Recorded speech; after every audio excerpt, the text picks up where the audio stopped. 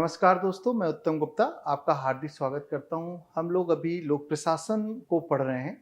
इसके पहले मैंने 3 लेक्चर आपके लिए लाए थे, आज चौथे लेक्चर को ला रहे हैं। तीसरा लेक्चर हमारा बड़ा इम्पोर्टेंट लेक्चर था जिसमें हम लोगों ने लोक प्रशासन की विशेषताएं, लोक प्रशासन व निजी प्रशासन में अंतर, लोक प्रशासन व निजी प्रशासन में समानता व वर्तमान समय में लोक प्रशासन का महत्व लगातार क्यों बढ़ रहा है, इन सब चीज़ों पे चर्चा किया था। आज के लेक्चर में हम लोग एक नए टॉपिक को लेके आए हैं जिसका नाम है लोक प्रशासन का अध्ययन के विषय के रूप में विकास। कितने चरणों में विकास इसका माना जाता है। सवाल उठता है कि लोक प्रशासन का अध्ययन के विषय के रूप में विकास कब से शुरू हुआ। तो निश्चित रूप से यह एक आधुनिक समय की देन है। 1887 से इसके अध्ययन की शुरुआत कराई जाती है। अमेरिका में इसकी शुरुआत करवाई गई और इसका श्रेय जाता है वहां के राष्ट्रपति वुड्रो विल्सन को। वुड्रो विल्सन को लोक प्रशासन का पितामह भी कहा जाता है, फादर ऑफ पब्लिक एडमिनिस्ट्रेशन कहा जाता है इनको। और बाद में ये अमेरिका के राष्ट्रपति भी बनते हैं और ये भी ध्यान रखिएगा इनको नोबेल अवार्ड भी मिला वुड्रो विल्सन को। तो ये लोक प्रशासन के पितामह रहे। इसके बाद अमेरिकन लोक प्रशासन का पितामह किसे माना जाता है वो भी हम यहाँ पे देख लेते हैं। गुडनाउ को मानते हैं हम लोग। गुडनाउ को अमेरिकी लोक प्रशासन का पितामह मानते हैं, गुडनाउ को। और भारत में किसको मानते हैं? अगर हम विदेशी थिंकर को लिखिए तो पॉल एपलबी को माना जाता है। पॉल एपलबी को अमेरिकी लोक प्रशासन का पितामह। और भारतीयों में अगर हम देखें डॉक्टर MP शर्मा को भी हम लोग भारतीय लोक प्रशासन के पितामह के रूप में कंसीडर करते हैं। ये तीनों नाम याद रखिएगा। Woodrow Wilson, it's very important regarding the father of public administration. Goodnow is considered as the father of American public administration, and Paul Appleby and Dr. MP Sharma are considered as the father of Indian public administration. These are the very famous and important personalities regarding the public administration. अब अध्ययन के विषय और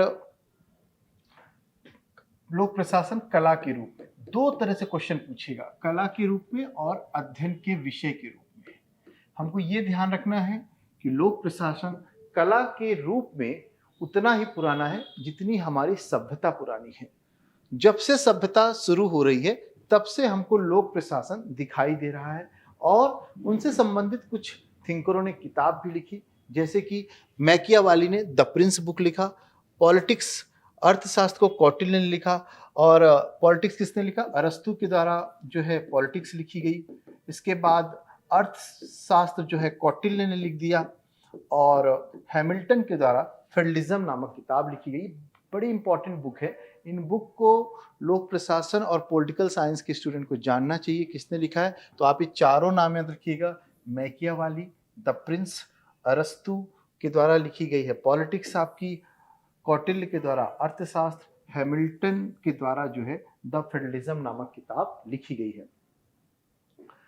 अब सवाल उठता है कि अध्ययन के विषय के रूप में लोक प्रशासन बहुत पुराना है, लेकिन एक विषय के रूप में, एक डिसिप्लिन के रूप में यह एक बड़ा आधुनिक सब्जेक्ट है और जिसकी शुरुआत 1887 में हो रही है, अमेरिका से कराई जा रही है।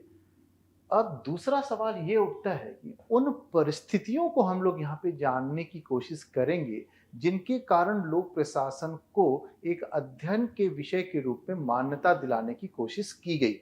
ऐसे कौन सी परिस्थितियां थीं जिसके कारण से वुड्रो विल्सन को लगा कि लोक प्रशासन नामक क्षेत्र में अध्ययन होना चाहिए, रिसर्च होना चाहिए। तो उन कुछ परिस्थितियों के बारे में हम लोग जानते हैं जिन परिस्थितियों ने लोक प्रशासन को एक अध्ययन के विषय के रूप में क्या किया, प्रमोट किया या आगे बढ़ाया। पहला देखिएगा कि टेलर के द्वारा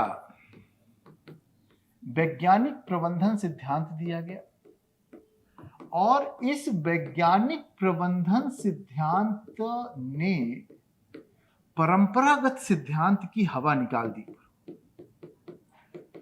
इस सिद्धांत ने पूरी तरह से जो परंपरागत सिद्धांत संगठन में अपनाए जा रहे थे उत्पादन बढ़ाने के लिए संगठन के क्षेत्र में, उसको पूरी तरह से नकार दिया गया और ये कहा गया कि इन सिद्धांतों में ही बहुत बड़ी कमी है, इसीलिए संगठन में उत्पादन क्षमता में बढ़ोतरी नहीं आ रही है। तो टेलर का वैज्ञानिक सिद्धांत।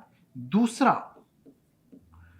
19वीं शताब्दी जो जानी जाती है वो औद्योगिकरण के लिए जाती है और इस औद्योगिकरण में प्रतिस्पर्धा आई और जब प्रतिस्पर्धा आई तो क्या करने पड़ा, कीमत को कम करने पर बल दिया गया, कीमत को कम करने पर बल दिया गया, कीमत को कम करने पर बल दिया गया और इसके लिए आवश्यक था उत्पादन क्षमता बढ़े और इस उत्पादन क्षमता को बढ़ाने के लिए आवश्यक था कि संगठन के क्षेत्र में, लोक प्रशासन के क्षेत्र में नए अनुसंधान हो, नए नियम आए और इस कारण से भी लोक प्रशासन को एक विषय के रूप में, एक अध्ययन के विषय के रूप में बढ़ाया गया आगे।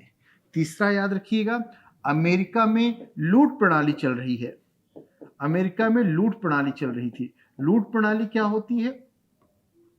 लूट प्रणाली स्पॉयल सिस्टम कहलाती है। यहाँ पे नौकरशाही जो होती है वह या तो पद को खरीद के आते हैं, बोली लगती है यहाँ पर, और उस बेस पर नौकरशाही आती है। इसके कारण से इस लूट प्रणाली का दुष्परिणाम ये हुआ कि जो वहाँ के योग्य व्यक्ति थे लेकिन आर्थिक रूप से कमजोर व्यक्ति थे, वह लोक सेवक में नहीं आ सकते थे। तब योग्य व्यक्ति लेकिन नौकरशाही में इनका आगमन नहीं हो सक रहा है क्योंकि योग्यता आधारित परीक्षा का प्रणाली नहीं अपनाया जा रहा है। ऐसे में एक व्यक्तियों में जो योग्य व्यक्ति हैं उनमें कुंठा आई, सरकार के विरुद्ध आवाज उठाई गई और इसका एक परिणाम ये भी हुआ था वहां पर कि सर गारफील्ड की, बाद में वहां के जो राष्ट्रपति थे सर गारफील्ड, उनकी एक बेरोजगार ने गोली मारकर हत्या कर दी थी।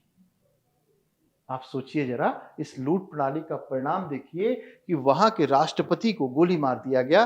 तब ये सोचा गया कि सिस्टम में एक बहुत बड़ी कमी है और इस सिस्टम की कमी को कैसे दूर किया जाए, तो तीसरा कारण बना अमेरिका में प्रचलित लूट प्रणाली। और चौथा जो था, लोक कल्याणकारी राज्य की अवधारणा का विकास होना। वेलफेयर स्टेट क्या होता है? लोक कल्याणकारी राज्य की अवधारणा का विकास होना। इन चारों परिस्थितियों ने लोक प्रशासन के अध्ययन के विषय के रूप में लोक प्रशासन को आगे बढ़ा दिया। दीज वर द बेसिक, ये ऐसी परिस्थितियां थीं जिन्होंने लोक प्रशासन को एक अध्ययन के विषय के रूप में प्रमोट करने के लिए एक परिस्थितियां जनरेट कर दी। तो इन परिस्थितियों के बाद अब देखते हैं हम लोग कि लोक प्रशासन के अध्ययन के विषय के रूप में कितने चरणों में लोक प्रशासन को बांटा गया। लोक प्रशासन को 5 चरणों में बांटा गया और इन चरणों को किस बेस पे बाइफरकेट किया गया, हर एक चरण की एक अपनी विशेषता थी और उन्हीं विशेषताओं के आधार पर एक चरण का नाम दे दिया गया। प्रत्येक चरणों में कुछ किताबें लिखी गई, कुछ थिंकर आए, कुछ सिद्धांत आए और अगला सिद्धांत पिछले वाले सिद्धांत से कुछ अलग था, कुछ नया था। पहला जो चरण कहलाता हमारा, वो कहलाता है राजनीति प्रशासन द्विभाजन। राजनीति प्रशासन द्विभाजन, ये हमारा पहला चरण था और इसका चरण की शुरुआत हो रही है 1887 से 1926 तक, ये पहला चरण चला। दूसरा चरण हमारा सिद्धांतों का युग कहलाता है या सिद्धांतों का युग कहलाता है या लोक प्रशासन का स्वर्णिम युग का, स्वर्णिम युग इसे कहते हैं, स्वर्णिम युग इसे कहते हैं। और ये चरण चला 1927 से लेकर 1937 तक। सिद्धांतों का युग है, मतलब इसे विज्ञान, लोक प्रशासन के विज्ञान का युग भी कहते हैं। लोक प्रशासन के विज्ञान का युग, या तो ये नाम, या तो ये नाम, या तो ये नाम, तीनों नाम इसके वैलिड है। लोक प्रशासन को विज्ञान बना दिया गया। सोचिए, लोक प्रशासन तो एक सामाजिक विज्ञान है, लेकिन इस चरण में आते आते लोक प्रशासन को विज्ञान बना दिया गया। जब लोक प्रशासन को विज्ञान बनाया गया तो अगला चरण था चुनौती का विषय। तो तीसरा चरण जो शुरू हुआ लोक प्रशासन का, उसे कहते हैं लोक प्रशासन के चुनौती का युग, एरा ऑफ चैलेंज, चुनौती का युग।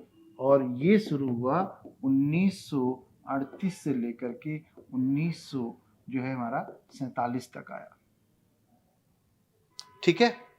चौथा चरण जो था अस्तित्व के संकट का समय था, अस्तित्व के संकट का समय, अस्तित्व के संकट का समय, और ये आया 1948 से 1970 तक।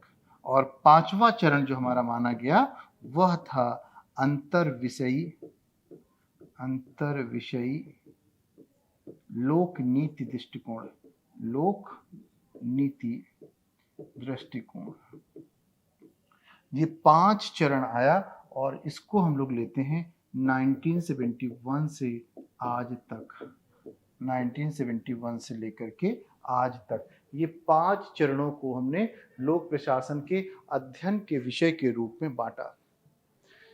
अगर आपसे प्रश्न पूछे मेंस में कि लोक प्रशासन के अध्ययन के विषय के रूप में इसके चरणों को समझाइए, आप सीधा आप आइएगा, कोशिश करिएगा, परिस्थितियां उन 4 लाइन को लिख दीजिएगा जो मैंने पीछे लिखवाया है। आपको एक्सप्लेन नहीं करना है, आपको लिखना है टेलर के वैज्ञानिक प्रबंधन सिद्धांत, जिसने परंपरागत सिद्धांत को पूरी तरह से नकार दिया, परंपरागत सिद्धांत को पूरी तरह से नकार दिया, पूरी तरह से नकार। ये पहला पॉइंट ले लेना है आपको।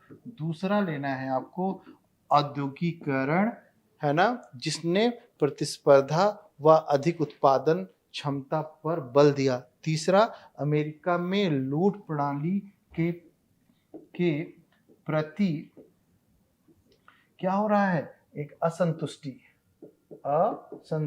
आ रही है। तीसरा और चौथा, लोक कल्याणकारी राज्य की अवधारणा। इन चारों चीजों को बस पॉइंट में लिख करके सीधे आएंगे हम कि लोक प्रशासन को अध्ययन के विषय के रूप में 5 चरणों में बांटा गया। सीधा 1 2 3 4 5, और ये लिखा राजनीति प्रशासन विभाजन, टाइम पीरियड, फिर सब्जेक्ट, फिर टाइम पीरियड, फिर सब्जेक्ट, फिर टाइम पीरियड। इस तरह से हम 5 इसको बांट लेंगे। सोचना है 200 शब्दों का आंसर है। मैंने अभी जितना बताया आपको उसमें से हमारे 50-60 शब्द निकल गए हैं। Right now only we have left 160 words, and if we divide it into 5, then only we can write down 30 words for every state. Maximum we can write down only 30 words for every state. तो जरा जरा से हमको पढ़ना है, इसमें बहुत deep में जाके नहीं पढ़ना, ऑप्शनल पेपर के रूप में नहीं पढ़ना है, बस छोटा छोटा सा हमको पढ़ना है। तो शुरू करते हैं। पहला चरण लोक प्रशासन का पहला चरण, इसको बोलते हैं राजनीति प्रशासन विभाजन, राजनीति प्रशासन विभाजन। Remember it. कुछ थिंकर का नाम लिखूंगा मैं यहाँ पर। मैं जो यहाँ पे शुरू कर पढ़ा रहा हूँ आपको, मैं कम से कम 40 शब्द लूंगा इसमें पढ़ाने के लिए, 50 शब्द, ताकि आप एग्जाम में आपको पूरे शब्द तो याद नहीं आएंगे, 30 वर्ड्स तक भी याद आएगा तो आपका काम अच्छे से चल जाएगा। राजनीति प्रशासन विभाजन को लागू किया गया, इसलिए कहा गया कि यहाँ पर ये जो विचारधारा शुरू हो रही है, तो वुड्रो विल्सन ने किताब लिखते हैं, पहले एक लेख लिखते हैं वुड्रो विल्सन, और वुड्रो विल्सन एक बुक लिखते हैं। उस बुक का नाम था the study of administration, the study of administration, 1887 में लिखते हैं। और इस बुक में, बुक भी नहीं था, ऐसे था, बेसिकली ऐसे था। और इस बुक में वुड्रो विल्सन ने राजनीति प्रशासन विभाजन की संकल्पना दी। वुड्रो विल्सन से पूछा गया कि क्यों ऐसा जरूरत पड़ गई। वुड्रो विल्सन ने कहा कि राजनीति का जो काम है वह नीति निर्माण करना है, और प्रशासन का काम है नीति का क्रियान्वयन करना, नीति का क्रियान्वयन करना।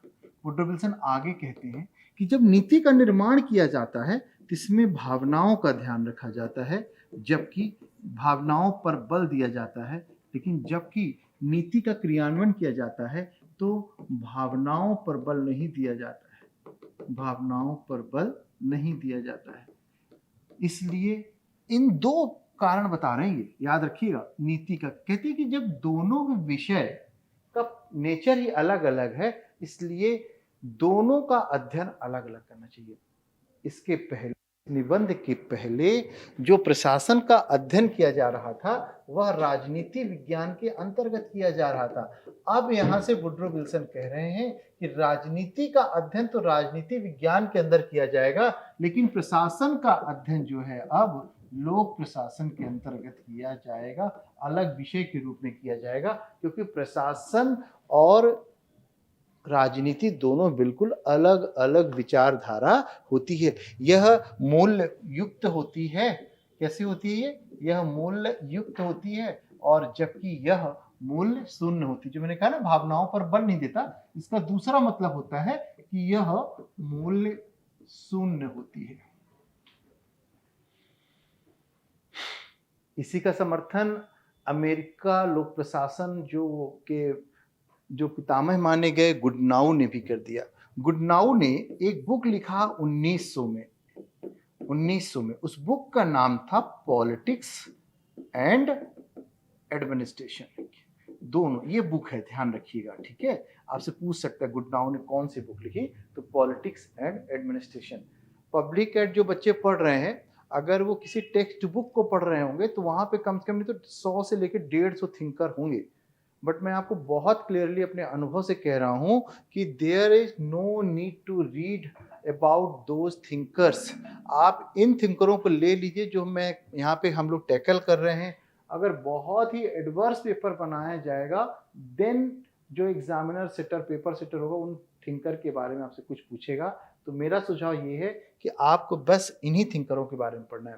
तो गुडनाउ, इन्होंने एक बुक लिखी पॉलिटिक्स एंड एडमिनिस्ट्रेशन, और इस किताब में पुनः से गुडनाउ ने इस विचारधारा का समर्थन कर दिया। कौन सी विचारधारा का? राजनीति प्रशासन विभाजन का। गुडनाउ का आर्गुमेंट थोड़ा सा अलग था, उन्होंने दूसरे शब्दों से इसको समझाया। गुडनाउ कहते हैं कि politics is related with the legislature, विधायिका से संबंधित है बच्चों, while the administration is related with the executive।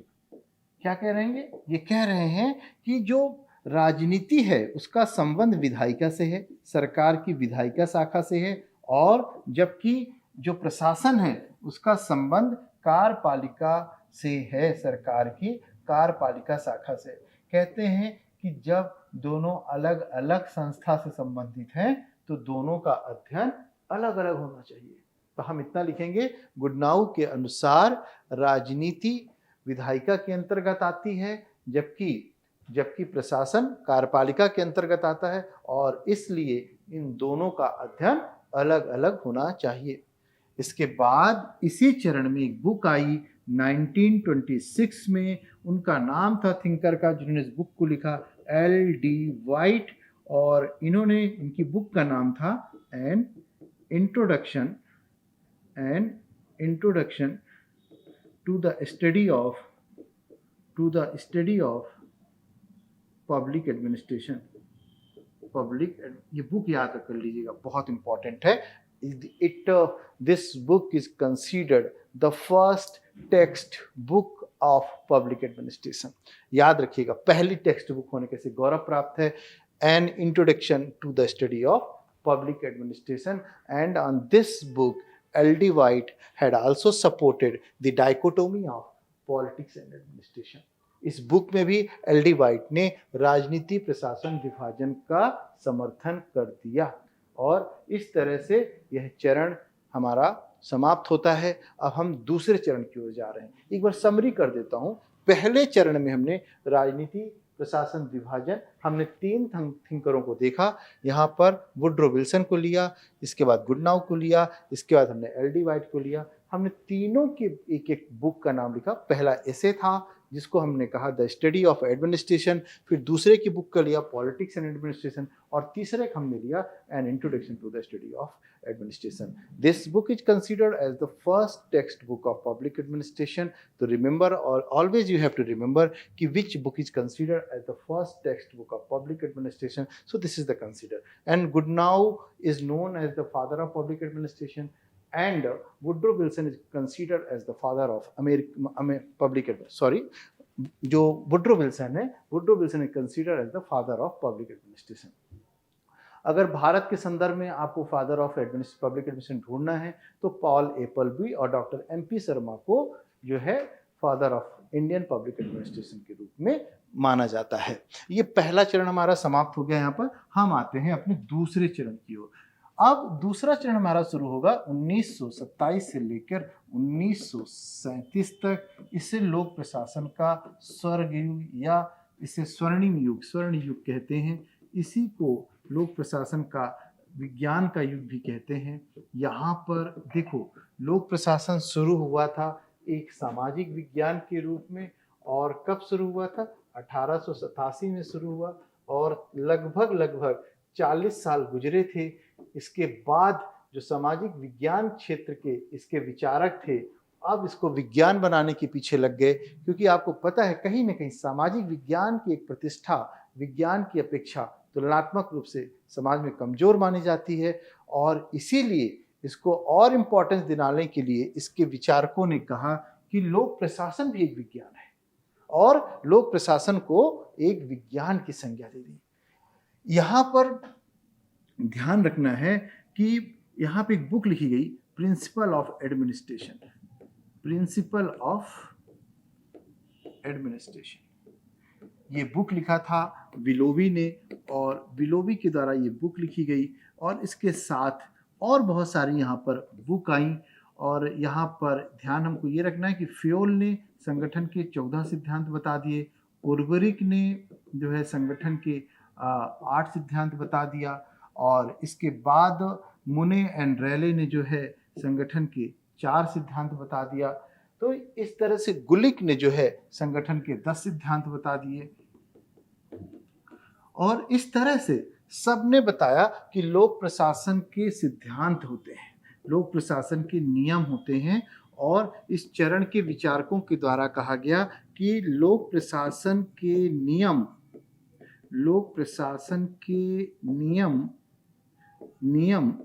प्रत्येक जगहों पर, दुनिया के प्रत्येक जगहों पर उसी तरह लागू हो सकते हैं जिस तरह से विज्ञान के नियम लागू होते हैं। लागू हो सकते हैं जिस तरह से विज्ञान के नियम लागू होते हैं। विज्ञान के नियम लागू होते हैं, जिस तरह से विज्ञान के नियम लागू होते हैं। अब निश्चित रूप से जब इस तरह का क्लेम किया गया तो लोक प्रशासन जो है विज्ञान बन गया, लोक प्रशासन को विज्ञान कह दिया गया। और इसके विचारक समर्थन कौन कौन से हैं, तो सबका नाम भी थोड़ा सा याद रखिएगा। हेनरी फ्योल, इसके बाद लूथर गुलिक, मुने एंड रैले, इसके बाद उर्वरिक, एल उर्वरिक कहा जाता है इनको, एल उर्वरिक, है ना। तो ये सब नाम हमको याद रखना है जो इन्होंने सबने सिद्धांत दिया।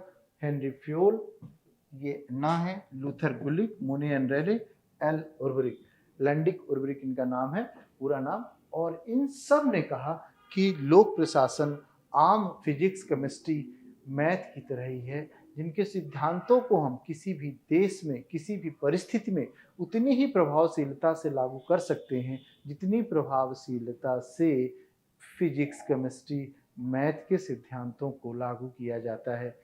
आखिरी लाइन इसमें लिखना है कि इस चरण में लोक प्रशासन अपनी प्रतिष्ठा की सर्वोच्च ऊंचाई पर पहुंच गया। आखिरी लाइन हमको निष्कर्ष के रूप में लिखना है कि इस चरण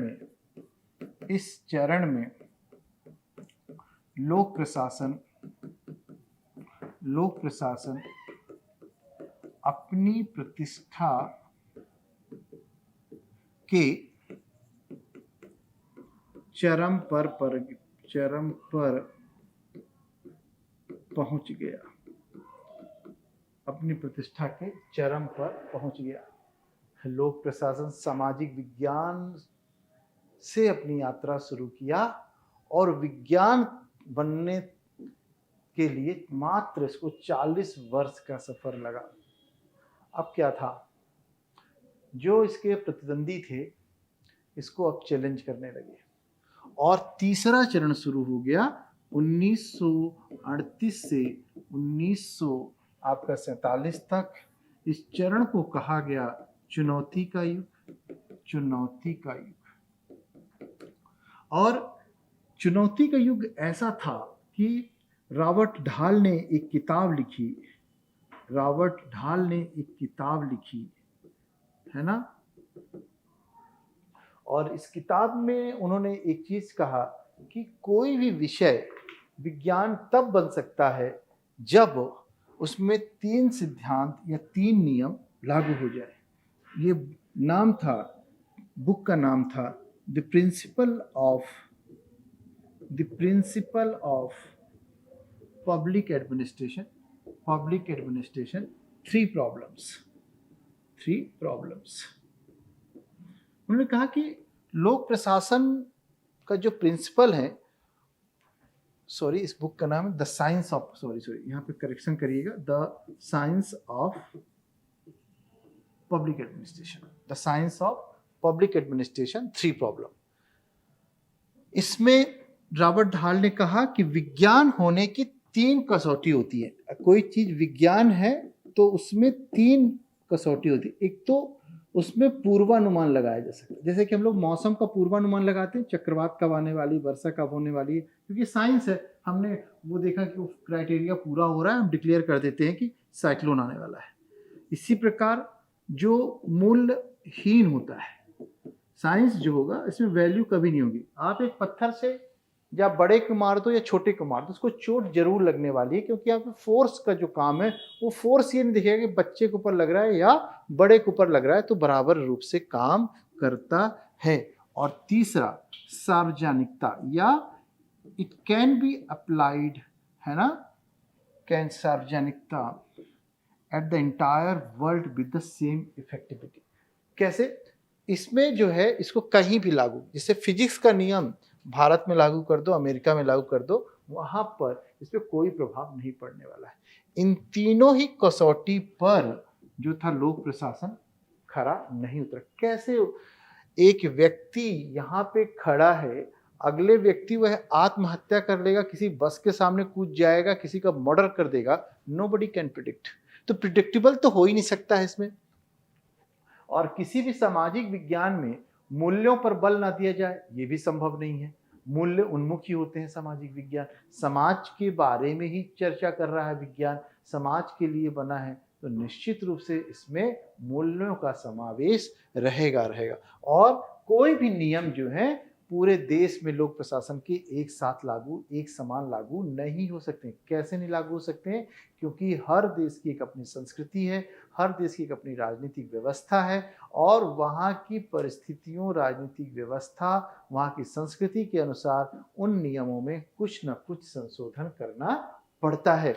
अगर मैं उदाहरण के लिए लूँ कि भारत ने संसदीय शासन व्यवस्था को ब्रिटेन से अपनाया, तो क्या हमने एज इट इज अपनाया? नहीं अपनाया। हमने बहुत सारी चीजें संसदीय शासन व्यवस्था में यहाँ पे जोड़ दी। क्या जोड़ दी? आपके मन में आ रहा होगा, क्या जोड़ा संसदीय शासन व्यवस्था में? वहां पर संसदीय शासन व्यवस्था को अपनाया गया, लेकिन वहां राजतंत्र था और हमने गणतंत्र अपना लिया। इसकी जगह पर हमने क्या अपनाया? गणतंत्र अपनाया।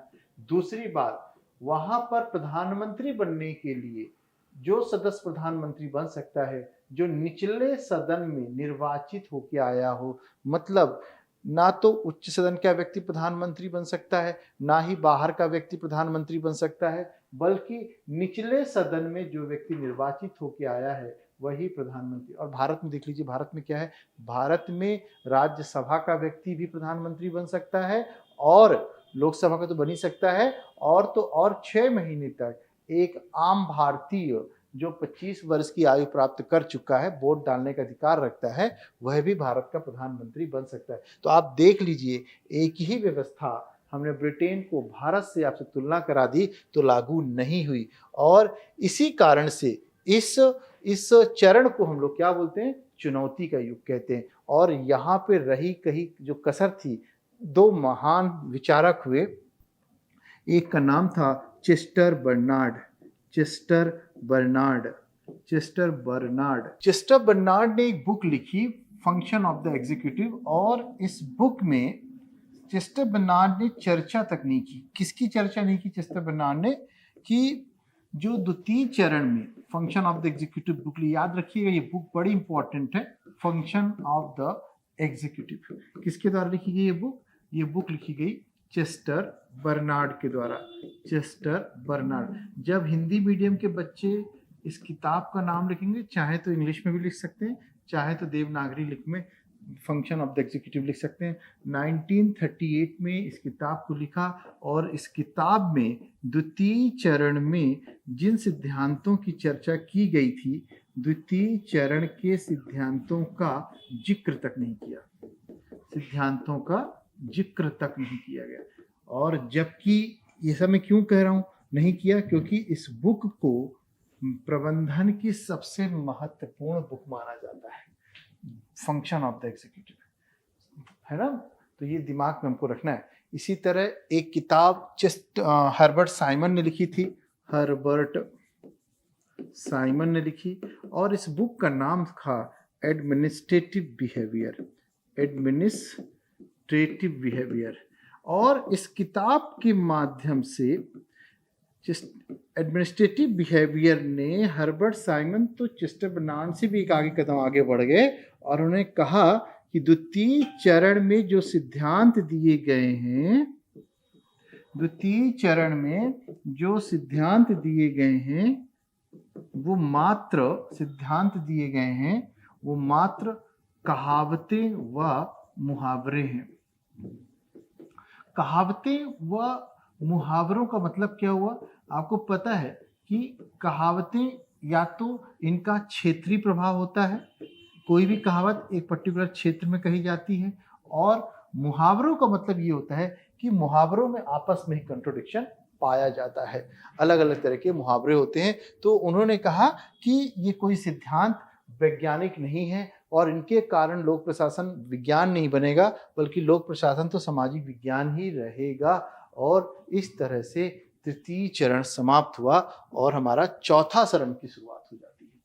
चौथा चरण, यहाँ से तो चैलेंज ही दिया गया था। चौथे चरण में तो लोक प्रशासन से पूछा गया कि तुम्हारा अस्तित्व रहना चाहिए या नहीं रहना चाहिए। और जब चौथा चरण 1948 से 1970 के बीच में इस चरण को मानते हैं, और इस चरण में लोक प्रशासन को जो उपमा दी गई उसे दिया गया कि लोक प्रशासन अस्तित्व के संकट का सामना कर रहा है। लोक प्रशासन अस्तित्व के संकट का सामना कर रहा है, अस्तित्व के संकट का सामना। और यहाँ पर हुआ क्या? हुआ ये कि अब लोक प्रशासन के जो सिद्धांतकार थे, उसमें से जब ये अस्तित्व के संकट का सामना करना पड़ा, तो अब लोक प्रशासन के जो सिद्धांतकार हैं, कुछ सिद्धांतकार तो अपने पुराने विषय पे लौट गए। कहाँ लौट गए? राजनीति विज्ञान के क्षेत्र पे लौट गए। राजनीति विज्ञान के क्षेत्र पे लौट गए, लेकिन इनकी प्रतिष्ठा को बड़ा आघात हुआ, और कुछ सिद्धांतकार बेचारे अलग अलग विधाओं की ओर चले गए। अब अस्तित्व का संकट था। निश्चित रूप से जब अस्तित्व के संकट आता है तो व्यक्ति या तो उभर के आता है या पूरी तरह से बर्बाद हो जाता है, और यहाँ पे लोक प्रशासन के साथ भी यही हुआ। लोक प्रशासन में इस चरण में ध्यान रखिएगा, कई नए सिद्धांतों का उदय हो गया। कौन कौन सा हुआ? तो याद रखिएगा, तुलनात्मक लोक प्रशासन, तुलनात्मक लोक प्रशासन का शुरुआत हुआ यहीं पर विकास प्रशासन का शुरुआत हुआ, विकास प्रशासन की शुरुआत हुई। यहीं पर आपका लोक चयनवाद का शुरुआत हुआ, लोक चयनवाद का शुरुआत हुआ।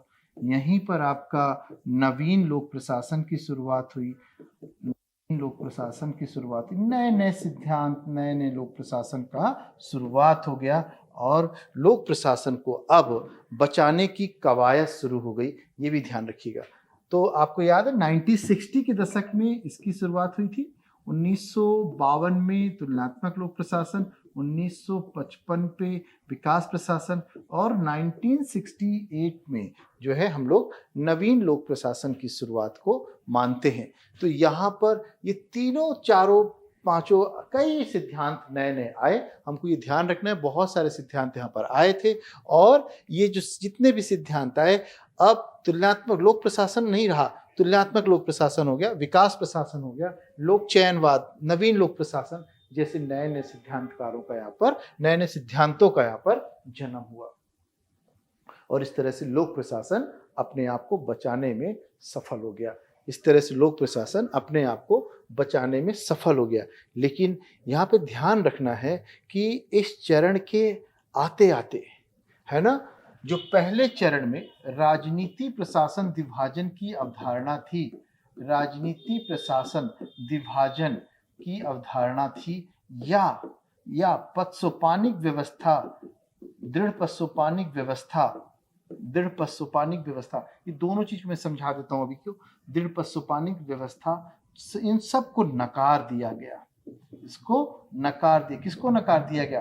दृढ़ पदसोपानिक संरचना को। दृढ़ पदसोपानिक संरचना क्या होती है कि ऐसा होता है कि ये व्यक्ति मान लो यहाँ पे ए और आपका यहाँ पर बी है, ए डैश बी डैश, आपका A double dash A triple dash A four dash, इसी तरह B dash B double dash B triple dash. तो अब ये आदमी अगर इसको इससे कम्युनिकेट करना है, यहाँ पे कम्युनिकेट करना है तो पूरा प्रॉपर चैनल चलेगा, इसको इससे कम्युनिकेट करना है तो कम्युनिकेशन चैनल ऐसा चलेगा और इसके कारण से अत्यधिक कार्यों में विलंब होता था। इसको बोलते हैं दृढ़ पदसोपानिक संरचना। मतलब इस आदमी को अगर इससे कम्युनिकेट करना है तो पहले इससे करेगा फिर इससे करेगा, तो इस व्यवस्था को कहते हैं दृढ़ पदसोपानिक संरचना।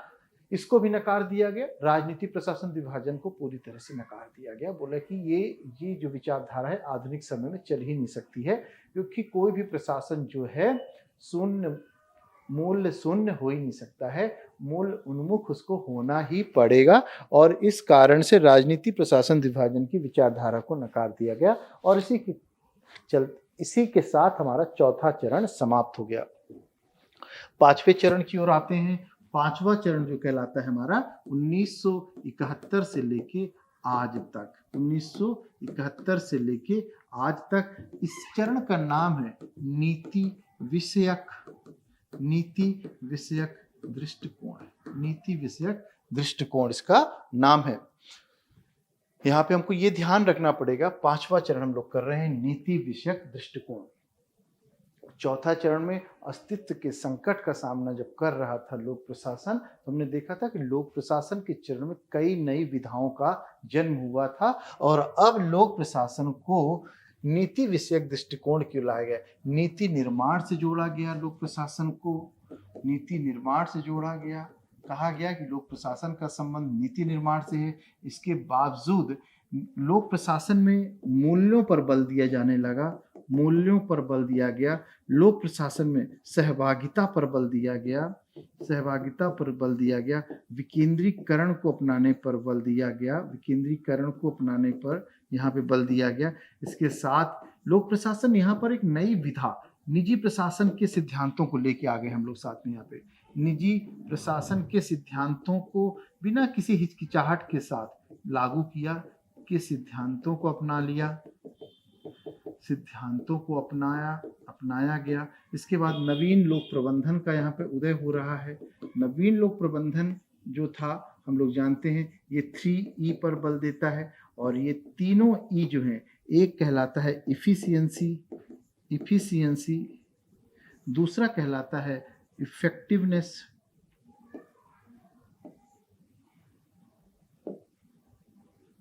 जो 3E पर बल दिया गया।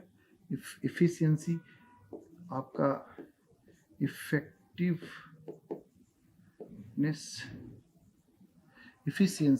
इफेक्टिवनेस और एक ई जो आती है आपकी इफेक्टिवनेस, इफिशियंसी, मुझे ध्यान नहीं आ रहा, अभी थोड़ी देर में बताते हैं। इफिशियंसी, इफेक्टिवनेस,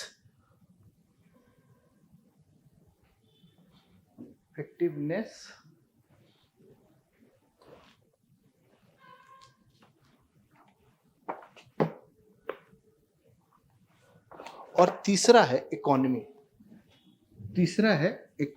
ये तीन चीजों को इसमें इन्होंने बल दिया था। करेक्ट। तो ये तीनों 3E पर बल दिया गया पहली बार। और यहाँ पर गैर नौकरशाही अवधारणा को भी बल दिया गया, गैर नौकरशाही अवधारणा पर बल दिया गया। ठीक है। यहाँ पर मूल लोक प्रशासन में संवेदनशीलता को लाया गया, संवेदनशीलता पर बल दिया जाने लगा। नौकरशाही के आकार को कम करने पर बल दिया गया, नौकरशाही के आकार को कम करने पर बल दिया गया। और याद रखिएगा, सुशासन पर बल दिया गया। ये सब अवधारणाओं को, जितनी आधुनिक अवधारणाएं हैं, उनको लोक प्रशासन के क्षेत्र के अंतर्गत अपना लिया गया। और इसका परिणाम क्या हुआ? लोक प्रशासन पुनः से अपनी प्रतिष्ठा, अपनी प्रासंगिकता को पा गया, जो कि उसको चौथे और तीसरे चरण में उसकी खोती हुई प्रतीत हो रही है। और आज जब हम 2023 में इस विषय को पढ़ रहे हैं, तो आज अगर मैं ये कहूँ कि लोक प्रशासन आज इतना महत्वपूर्ण है, हमारी सभ्यता अगर असफल होती है तो ये असफलता प्रशासन की ही असफलता होगी, लोक प्रशासन की असफलता होगी। क्योंकि हमारे जीवन के प्रत्येक अंग, प्रत्येक क्षण, प्रत्येक समय लोक प्रशासन की भूमिका हमें देखने को मिलती है। हमारे सुबह से उठने से लेकर रात के सोने तक जो है, हमको लोक प्रशासन हमारे जीवन से जुड़ा हुआ प्रतीत होता है। तो इस तरह से हमारा ये लोक प्रशासन का विकास का 5 चरण हुआ। Very important question regarding the main examination of MPPSC। सो हमने इसको बहुत ही डिटेल किया है। एक बार फटाफट हम समरी कर देते हैं आपको। 5 चरणों में हमने लोक प्रशासन के अध्ययन के विषय के रूप में बांटा। अमेरिका से ये शुरुआत हुई, वुड्रो विल्सन को इसका श्रेय जाता है। और 5 चरण, पहला जो चरण था राजनीति प्रशासन विभाजन के रूप में था। वुड्रो विल्सन, गुडनाउ, LD वाइट ने इनका समर्थन किया और तीनों ने एक एक बुक लिखी। जो हमारे वुड्रो विल्सन थे, द स्टडी ऑफ एडमिनिस्ट्रेशन लिखा, गुडनाउ ने पॉलिटिक्स एंड एडमिनिस्ट्रेशन लिखा और LD वाइट ने an introduction to the study of public administration लिखा। ये बुक लोक प्रशासन की पहली किताब थी। और इन तीनों ही एस्पेक्ट में राजनीति प्रशासन विभाजन का समर्थन किया गया। द्वितीय चरण आया, 40 साल हो चुके हैं अध्ययन होते हुए। अब 1927 से 37 के बीच के जो सिद्धांतकार थे, उन्होंने लोक प्रशासन को विज्ञान होने की संज्ञा दे दी। यहाँ पे हेनरी फ्योल के बारे में ये जान जाइएगा, इनको प्रबंधन का पितामह कहा जाता है, father of management, Henry Fayol को कहते हैं। और इनके द्वारा 14 सिद्धांत बताए गए। मैं सिद्धांत की यहाँ पे चर्चा इसलिए नहीं किया हूँ, बहुत लंबा ये आंसर हो जाएगा। लेकिन अगर आपको सिद्धांत थोड़े बहुत समझने हैं, एक आध दो नाम लिखने हैं, जैसे पद सोपान, आदेश की एकता, इसके बाद नियंत्रण का क्षेत्र है ना, इसके बाद निर्देशन, इसके बाद केंद्रीकरण, विकेंद्रीकरण। इन सब चीजों पे ये सब सिद्धांत थे, अलग अलग लोगों इन्होंने दिया था। समन्वय, तो ये सब सिद्धांत दिए गए थे। आप चाहें तो वहां पे सेट कर सकते हैं अपने आंसर में, छोटा सा आंसर की भी लिख लीजिएगा, जैसे करके 3-4 सिद्धांत बता दीजिएगा। समन्वय, निर्देशन, नियंत्रण का क्षेत्र, आदेश की एकता, केंद्रीकरण, विकेंद्रीकरण, पद सोपान, ये सब क्या है हम आगे पढ़ेंगे इसमें सिद्धांतों के तहत। द्वितीय चरण आया, लोक प्रशासन अपने स्वर्णिम काल में सबसे ऊंचाई, रेपुटेशन में सबसे ऊपर चला गया। और फिर क्या था, लोक प्रशासन को विज्ञान होने का दावा कर दिया गया। तृतीय चरण आया, और तृतीय चरण जब शुरू हो रहा है 1938 से 47 तक जा रहा है, इसमें इसको चैलेंज कर दिया गया। रॉबर्ट हाल ने एक बुक लिख दी और उस बुक में कहा कि the science of public administration में 3 प्रॉब्लम है। उनसे पूछा गया, कौन कहा विज्ञान होने के लिए इस विज्ञान को 3 कसौटी पर खरा उतरना चाहिए। पूछा गया कौन? बोला पहला तो पूर्वानुमान लगाने की इसमें क्षमता होना चाहिए, दूसरा इसको मूल्यहीन या भावना शून्य होना चाहिए, और तीसरा इसके सिद्धांत तो यूनिवर्सली एप्लीकेबल होना चाहिए। और ये तीनों जगह पर लोक प्रशासन अपने आप को फिट नहीं कर पाया। तृतीय चरण में 2 महान थिंकर हुए। एक थिंकर बहुत सारे थे, लेकिन 2 थिंकर की चर्चा कर रहा हूं यहां पर। Chester Barnard the function of the executive लिखा, और एडमिनिस्ट्रेटिव बिहेवियर हर्बर्ट साइमन ने लिखा। चेस्टर बर्नार्ड के द्वारा लिखी गई किताब प्रबंधन के क्षेत्र की सबसे बड़ी किताब थी, और उसमें द्वितीय चरण में जो विकसित किए गए सिद्धांत थे उनका उन्होंने जिक्र ही नहीं किया। और इसके बाद जो बची कुची प्रतिष्ठा थी हर्बर्ट साइमन ने पूरी तरह से खत्म कर दी। एडमिनिस्ट्रेटिव बिहेवियर नामक किताब लिखी 1947 में, इस बुक का उन्होंने इसको लिखा था। और इस किताब में उन्होंने कहा कि द्वितीय चरण की जो सिद्धांत हैं वो सिर्फ कहावतें या मुहावरे हैं। उन्होंने कहा कहावत जिस तरह एक पर्टिकुलर क्षेत्र में चलती हैं, उसी तरह लोक प्रशासन के सिद्धांत एक पर्टिकुलर एरिया पे ही क्या हो सकते हैं, अप्लीकेबल हो सकते हैं। चौथा चरण आया, अस्तित्व का संकट का समय था। अब इस अस्तित्व के संकट में कुछ लोग तो अपने पुराने राजनीति विज्ञान के क्षेत्र में चले गए, लेकिन कुछ लोगों ने इसी विषय पे डटे रहे और बल्कि लोक प्रशासन में एक नई विधाओं को खोजने की खोज की, जैसे कि विकास प्रशासन, तुलनात्मक लोक प्रशासन, नवीन लोक प्रशासन, लोक चयनवाद आदि नए सिद्धांतों को यहाँ पर दिया गया। निश्चित रूप से इससे लोक प्रशासन में स्थिरता आई, लोक प्रशासन का क्षेत्र व प्रभाव पुनः से बढ़ने लगा। पांचवा चरण आया जिसको हम लोग नीति विषयक दृष्टिकोण कहते हैं। और अब लोक प्रशासन जो था, चूंकि नवीन लोक प्रशासन चौथे चरण में आ चुका था, यहाँ पे ध्यान रखना है कि चौथे चरण में पहले चरण के राजनीति प्रशासन विभाजन की अवधारणा को नकारा गया, पांचवें चरण में भी इस अवधारणा को नकारा गया। और अब जो है जहाँ पहला चरण मूल्य शून्यता की बात कर रहा था, अब ये मूल उन्मुखता की बात करने लगा, उपभोक्ता उन्मुखता की बात करने लगा, विकेंद्रीकरण की बात करने लगा, सहभागिता की बात करने लगा। और इसमें नए नए सिद्धांत लेके आया गया, मितव्ययता की बात कही गई, क्षमता की बात कही गई, प्रभावशीलता की बात कही गई। और इस तरह से हमारे 5 चरण कंप्लीट हो गए, और अंत में लोक प्रशासन अपनी प्रतिष्ठा और अपनी वैज्ञानिकता को फिर से स्थापित करने में सफल हुआ। और आज इसकी प्रभावशीलता यह है कि पूरी सभ्यता जो है लोक प्रशासन पर टिकी हुई है। ठीक है, थैंक यू वेरी मच। आज के लेक्चर यहीं तक करते हैं। अगले लेक्चर पर हम लोग एक नए टॉपिक लेके मिलेंगे, और वो टॉपिक रहेगा हमारा नवीन लोक प्रशासन।